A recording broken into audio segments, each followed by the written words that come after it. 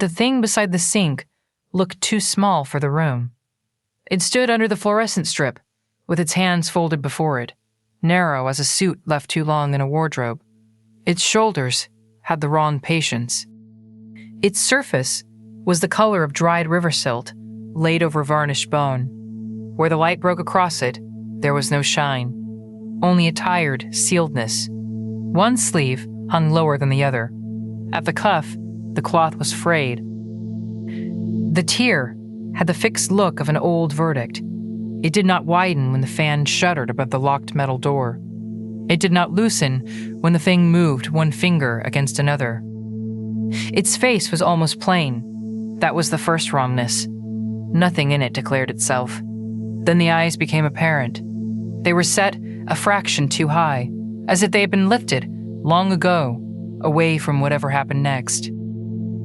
The position gave the face a mildness that was worse than cruelty. It seemed arranged to miss the fall, without denying that the fall would occur. This was Serek of the Unrevoked Hour. The restroom behind the ethics board chamber had been cleaned too recently. Disinfectant sat on the air in a wet, sharp layer. Beneath it was the pulp smell of paper towels and the mineral cold of the sink. A plastic dispenser hung open at one corner.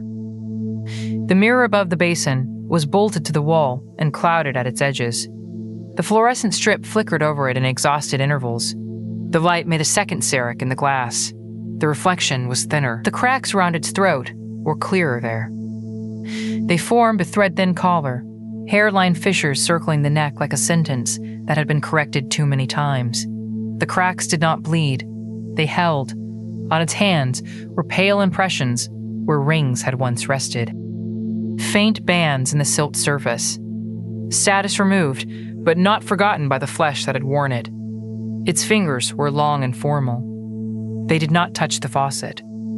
They did not touch the chrome handles. They rested in an attitude, almost humble. Except humility was not the word. Near Serek, things learned to sound practiced. The taped notice above the bin said, "We apologize for any inconvenience."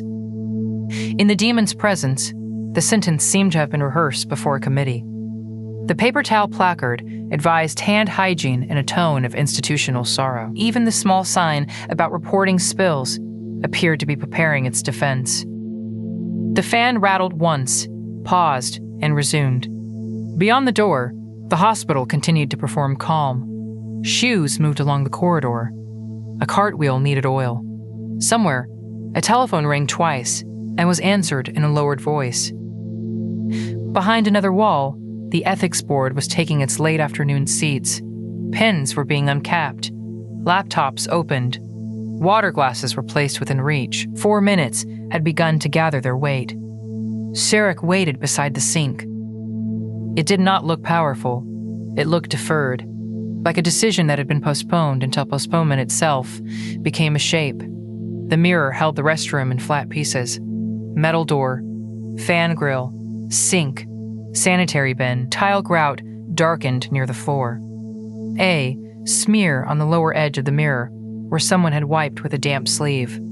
The fluorescent strip blinked again. In the blink, Serek seemed almost absent. Then the light returned, and there it was. The air tightened by a breath. Serek tilted its head. The motion was not curious. It was appraising. It measured the empty room, as if measuring how much truth the walls could bear before they began to repeat it. No, one had touched the door yet. Still, the handle knew. It gave a small metallic tremor before the latch turned. Serek did not move. Maren Voss entered with a testimony folder pressed hard against her ribs. She came in quickly, then stopped too quickly. Her shoes made one clean sound on the tile, and then none. The folder edge cut a straight line into the front of her blazer. Her left hand held it there. Her right hand turned the lock. The metal bolt slid home. A crescent of blood showed at one cuticle. She had bitten the skin down past neatness. The blood had smeared across the hospital seal on the folder in a thin red drag. It had dried at the beginning and stayed wet near the end. Her thumb found the smear and stilled over it. She saw Serek. Her mouth opened. No sound came out. Her chest lifted once, sharply, as if something cold had been poured through her. She looked first at the place beside the sink, then at the mirror, then back at the place beside the sink. Her eyes did not widen as much as they should have. That was the first thing Serek noticed. Her body had made room for surprise, but not for collapse. Her shoulders rose and settled. Her jaw shifted once to the left. She swallowed. The pulse in her throat struck twice, visible above the collar of her blouse. She did not scream. She checked the gap beneath the door. She checked the corner by the sanitary bin. She checked the mirror again, as if the mirror might have the authority to correct the room. Serek stood where it had stood. The fluorescent light clicked. Its frayed cuff appeared, vanished, appeared. The hairline cracks around its throat caught the light and held it in fine white threads. Maren took one step backward and met the locked door with her shoulder blade. The contact steadied her. Her fingers tightened on the folder. The blood at her cuticle reopened. A small bead gathered, bright and round. "You are early," Serek said. Its voice was soft. It had the patience of something that had outlasted every explanation ever brought to it. The words did not echo. They settled into the disinfectant smell and remained there. Maren's breathing changed. It became controlled, measured through the nose. Her eyes moved across Serek's face, paused at the eyes set too high, dropped to the frayed cuff, and then to the pale ring marks on its hands. Her right hand left the lock and went to her coat pocket, not to a phone. Serek saw the shape before her fingers closed around it. A flash drive. Small, black, already warm from her body. The folder had colored tabs along its upper edge. Blue, yellow, red. They were placed with the care of someone who had prepared not merely to speak, but to survive being believed. The top page inside had been revised. Serek could see the pressure marks through the cover, lines struck and replaced. Phrases disciplined into institutional calm. Maren did not remove the flash drive. She only touched it, confirmed it. Her hand was steady. That, too, was unexpected. Most came to the Unrevoked Hour with panic leaking from them, with bargains already half-formed. With pleas dressed as principles, Maren brought preparation. She brought a sealed statement and a second truth hidden in her coat. She brought blood on the hospital seal and did not look at it long enough to make it accidental. The restroom fan rattled above them. Maren drew herself upright. The movement was small and severe. Her folder remained against her ribs, guarding the body beneath it. Her eyes went to the mirror once more. Serek's reflection waited there, narrow and dry, its cracked throat circled by corrected silence. "What are you?" she asked. Her voice did not break. It only thinned. Serek looked at the blood on the seal, then at the pocket where the flash drive rested under her hand, then at her face, arranged now into the expression she must have used before committees, grieving families, cameras, donors, junior staff. The expression was good. It was nearly excellent. Serek tilted its head. Maren's lips pressed together. The cuticle bled onto the side of her finger. Through the locked door, a chair scraped in the chamber beyond the corridor. Someone laughed once, lightly, in the wrong room. The laugh ended at once. Maren did not look away from Serek. Her body had accepted terror and filed it somewhere it could not interfere. That was what surprised the demon. Not her fear, not her guilt, not the flash drive. It was the neatness with which she had made a place for ruin and still arrived on time. "You are still in the hour before it is taken from you," it said. Maren swallowed. The sound was small in the locked room. The fan rattled above the door. The fluorescent strip went pale, then hard, then pale again. In the mirror, Serek's eyes sat a fraction too high in its plain face. Its gaze seemed lifted from what would follow, though it saw everything in front of it. "I don't know what you are," Maren said. "No. I'm due before a federal regulator in 4 minutes." "Yes, I am not doing this." Serek lowered one narrow hand to the sink edge. The faint marks of old rings showed at the joints. The frayed cuff hung open. The tear did not widen. "I can keep the disgrace private," it said. "The altered record can become confusion. A misfiled attachment, a committee's fatigue. Dr. Sen can remain the unstable source of the irregularities. Your honors can remain on the wall. Your chair can remain endowed. The donors can be disappointed in process, not in you." Maren stared at it. The air shifted around her. It made several possible sentences rise in her throat. Each one sounded prepared. Each one sounded like something she had once corrected in someone else's statement. "That is not what this is," she said. Serek waited. "You can't know any of that. I do not need to know much." Her hand moved toward her coat pocket and stopped. The flash drive rested there, hard and small. She had put it there after printing the statement. She had told herself it was for completeness. She had told herself many things in the tone she used with residents. Serek said, "I can make the humiliation invisible. I can make the collapse private. I can make the record forgiving." Maren laughed once, without breath. "And what do you want? 5 answers. No. Plain answers. No. No metaphor. No excuse. No context. Each answer more specific than the last." Maren stepped back from the sink. Her shoulder touched the cold tile wall. She looked at the locked door, then at the little metal hook where a cleaner had hung nothing. "This is coercion," she said. "Yes. I won't be interrogated by a hallucination in a hospital bathroom." Serek did not move. Maren's face changed. The committee expression returned. It had sorrow in it. It had firmness in it. It had the kind of exhaustion that asks to be mistaken for virtue. "I have a duty to protect the integrity of the process," she said. The room seemed to hear her before Serek did. The words grew thin at the edges. Serek tilted its head. "The first answer," it said. "What did you want others to believe about you?" Maren's mouth opened. "No." The demon waited. I said no. It waited still. She looked at herself in the mirror. Her hair was pinned too tightly. One strand had loosened near her ear. There was blood under the crescent of one nail. The hospital seal on the folder had taken the smear and held it. "I don't have to justify myself to you," she said. "No." "Good. You have to hear yourself." Maren closed her eyes. From beyond the door came a low murmur. A chair moved. Someone coughed. The hearing was assembling itself without her. Serek's voice stayed soft. "If you want what I can grant, you will answer. If you do not, you may leave. That's a trick.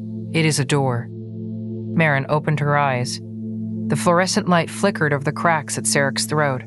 They looked like a sentence corrected so many times that the paper had begun to split. "I don't want anything from you," she said. Serek looked at the pocket where the flash drive rested. Maren followed its gaze. Her jaw tightened. "That isn't an answer," it said.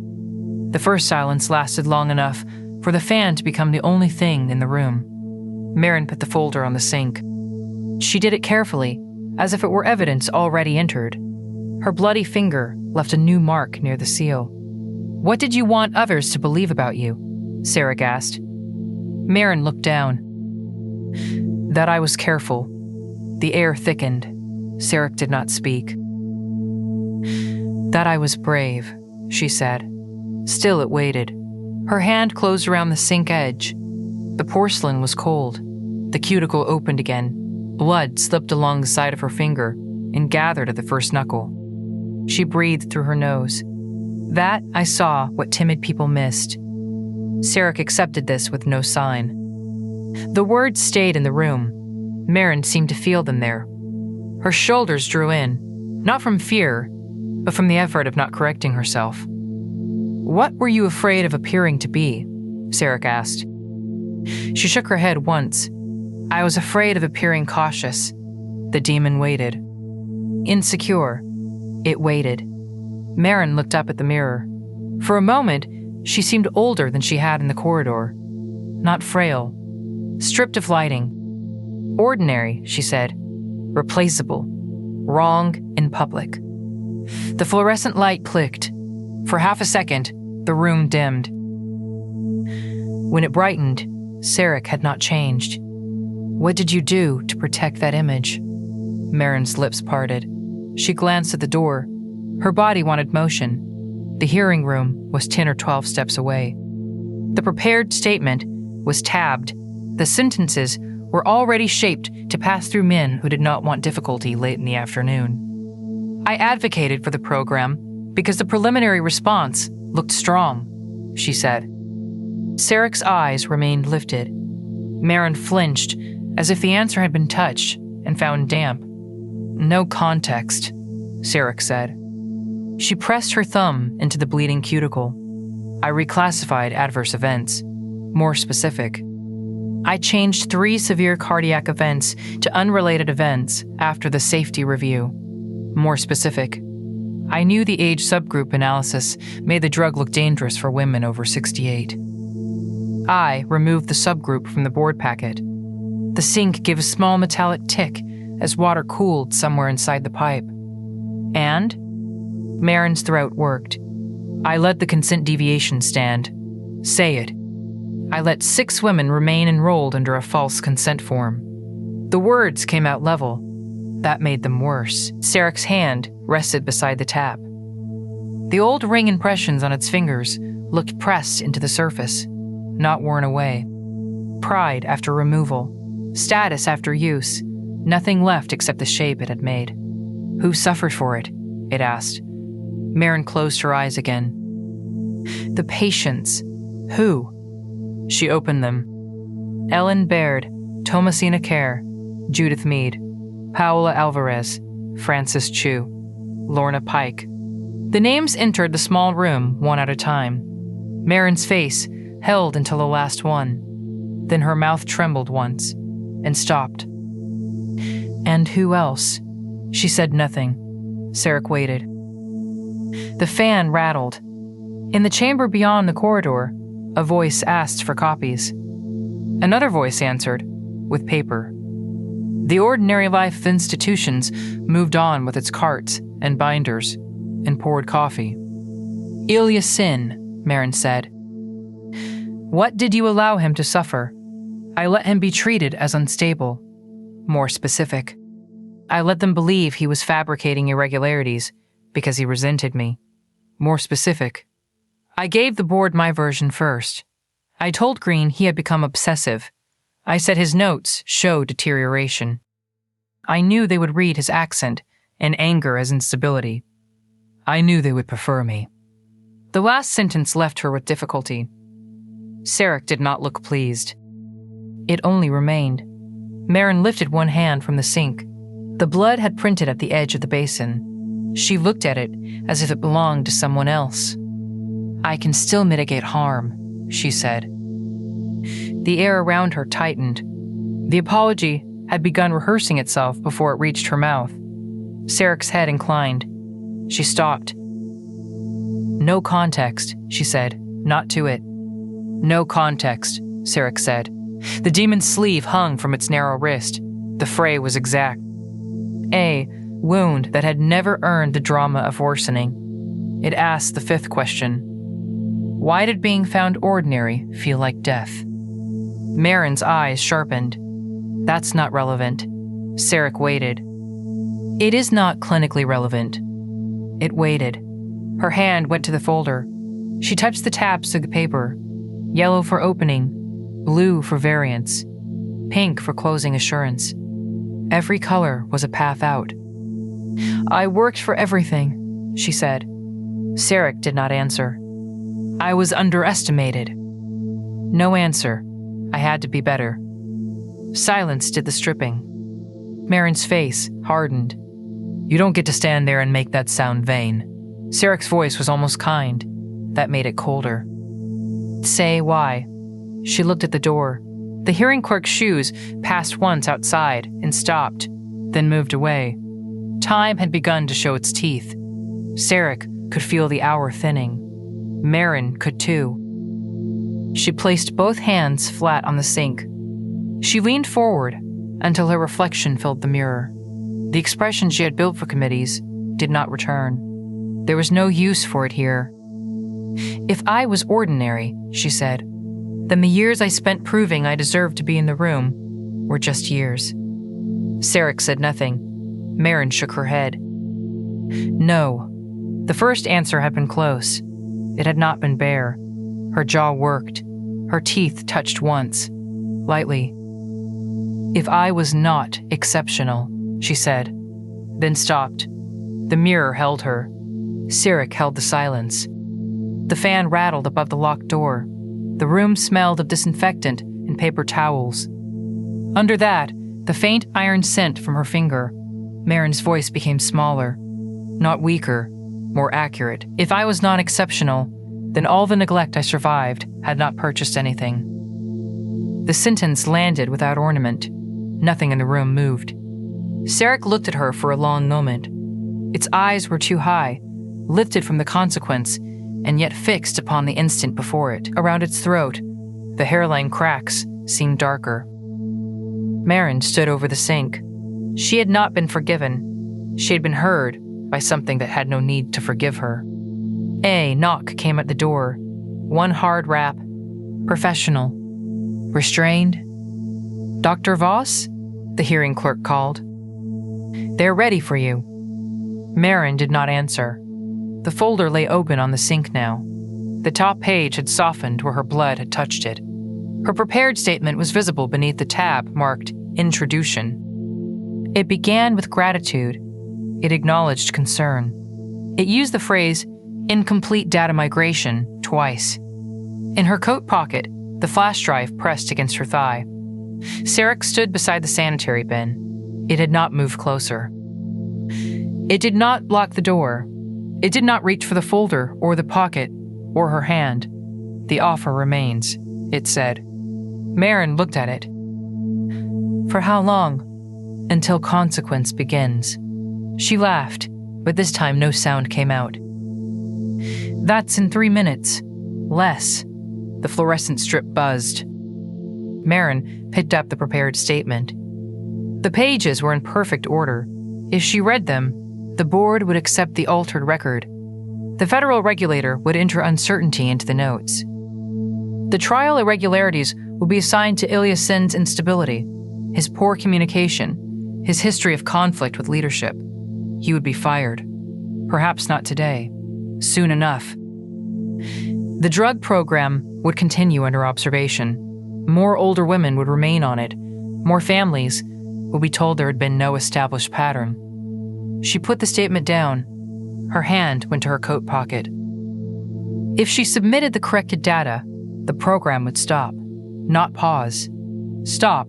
The subgroup analysis would become public. The consent forms would be opened. Her endowed chair would be reviewed and then taken. The lecture named for her would be renamed before autumn.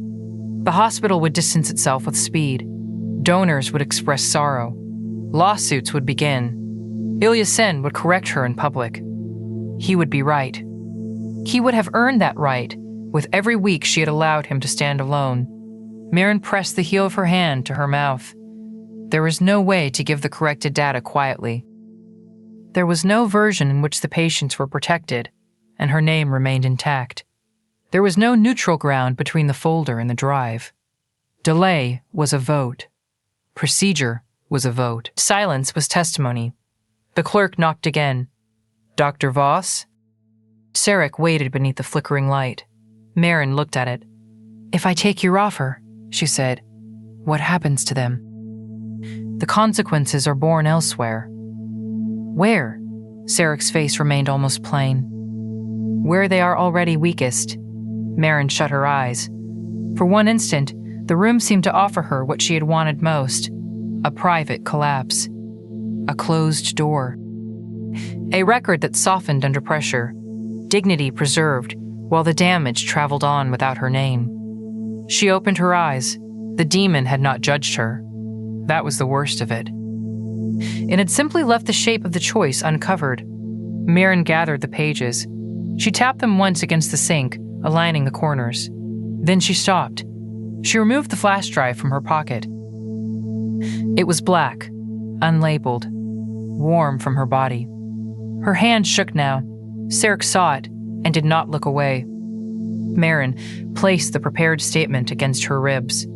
She held the flash drive in her fist. The clerk waited outside the locked door. The little room held its breath. Maren opened the restroom door. The corridor outside had gone narrow with waiting. The carpet swallowed her shoes. At the far end, the ethics board chamber stood open, and the strip of light beneath the door made the floor look polished and depthless. Someone had set a tray of paper cups on a credenza. One cup had fallen on its side. Water had gathered around it in a clear, trembling lip. The hearing clerk stood 3 paces away with his hand still lifted from knocking. "Dr. Voss," he said. Maren nodded. Her folder was against her ribs. She had not known she was still holding it. The hospital seal faced outward. The smear of blood had dried at the edge of the gold embossing. It made the eagle look damaged at the throat. In her other hand, inside the pocket of her coat, the flash drive lay in her fist. Its plastic case had warmed to her skin. She could feel the small metal tongue of it through the seam. The clerk glanced at the folder, then at her face. "They're ready for you." "Yes," she said. Her voice sounded useful. That startled her more than the demon had. She walked past him. 4 steps. 5. The chamber door waited. Behind her, the restroom fan rattled once, then steadied. Maren stopped. The clerk made a small sound, not quite a question. She turned back before he could ask it. The movement was clumsy. Her shoulder struck the wall. She went to the restroom door and pushed it open with her elbow. Serek was still beside the sink. It had not followed her. It looked at the folder, then at her hand.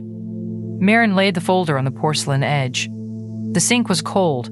Her fingers rested there for 1 second too long. The prepared statement inside the folder had blue tabs along the top. Her own handwriting showed on the first page through the translucent cover. Calm phrases. Conditional language, procedural language. The sentences that would let other sentences bury themselves. She took nothing from it. Serek did not move. Maren closed the restroom door without looking back. This time, she walked to the chamber without stopping. The boardroom had no windows. It was paneled in pale wood that made every face appear tired and official. A long table divided the room. Microphones stood at intervals along it, each with a black stem and a small red lens at the base. Pitchers of water had been placed near the center. The glasses had been filled too early. Condensation had formed beneath them in rings. The board chair was arranging his notes into a square. He did it with both hands, tapping the edges against the table, as if the paper might be made obedient. The federal regulator sat to his left. She was unscrewing a pen. The cap turned slowly between her fingers. At the far end, Ilya Sen sat with his knees drawn in, as if trying to take up less room than the chair required. A cardboard box of files rested beside his shoes. Its flaps were bent open. Colored labels showed in dense, uneven ranks. One file had slipped forward and hung over the lip, held only by the pressure of the others. Ilya looked at Maren. He did not raise his chin. He did not look away either. For a moment, no one spoke. Chairs scraped. A man from compliance leaned toward another man and murmured something that died when Maren remained standing. "Dr. Voss," the board chair said. "If you're ready, we'll begin with your submitted." Maren put her hand in her coat pocket. The flash drive stuck for an instant in the lining. Her bitten finger caught on a loose thread. Pain opened there, sharp and bright. She pulled free. It was a plain black drive. No label. No institutional tag. She had carried it through 3 security doors and 1 bathroom where a demon had asked her what she had wanted people to believe. She walked to the empty place at the table. Her name card stood before the microphone. Maren Voss, Maryland, Ph.D. Under it, in smaller type, Endowed Chair, Translational Therapeutics. She did not sit. The regulator's pin stopped turning. Maren set the flash drive on the microphone base. It made a small plastic click. The sound carried farther than it should have. Then she pressed the button. The little red light came on. The board chair still had one hand on his notes. The regulator had not finished screwing the pen shut. At the far end, Ilya's mouth parted once, as if to correct an error before it became permanent. Before anyone had finished sitting down, Maren leaned toward the microphone and said, "My submitted statement is false." In the restroom, Serek remained beside the sink until the red light took hold in the next room. The fan rattled above the locked metal door. The fluorescent strip flickered twice and settled into its thin institutional hum. Water had gathered beneath the faucet in a crescent. It trembled when voices rose beyond the wall. Serek turned its head toward the chamber. It did not smile. The room still smelled of disinfectant and paper towels. Under that, now, there was blood. Not much. A little open skin on porcelain. A little smeared across an emblem meant to certify order. The testimony folder lay where Maren had left it, one corner touching the metal rim of the sink. Its cover had bowed from the damp. The blue tabs along the top made a neat, false skyline. Serek lifted it. Its fingers were narrow. The dried silt surface of them left no mark. Around its hands, the faint impressions of absent rings darkened for a moment, as if remembering weight. The frayed cuff brushed the basin. The tear did not lengthen. It had the same old edge. It smoothed one thumb over the bloody hospital seal. The stain did not vanish. From beyond the restroom door came the first interruption. "Dr. Voss, I need you to clarify." Maren's answer cut through before the question settled. It was level, too level at first, then less so. She named the data set. She named the dates. She named the 6 women enrolled under the false consent form. She named the table where the adverse events had been moved. A chair scraped hard across the floor. Someone said Ilya's name. Someone else said, "On the record, please." Serek held the folder against its narrow chest. The air around it tightened with all the apologies that would now be drafted. Statements of concern. Statements of limited awareness. Statements prepared after counsel had advised restraint. Their rehearsed shapes formed and lost shape near the mirror. The demon turned toward the door. For an instant, its face appeared in the glass. The eyes, set too high, seemed to look over its own reflection, not away. Over. As if there were always a place just above consequence, where the proud had once expected to be received. Then it opened the door. The corridor was empty. The fallen paper cup still lay beside the credenza. Its spilled water had reached the wall and stopped there. Serek stepped out with a folder under one arm. Its cuff grazed the doorframe. The old tear passed over the painted wood, without snagging. In the hearing room, Maren kept speaking. No one interrupted her yet. On the table, beside the microphone, the flash drive rested under the little red light. The light stayed on. It shone against the black plastic like a small wound held open.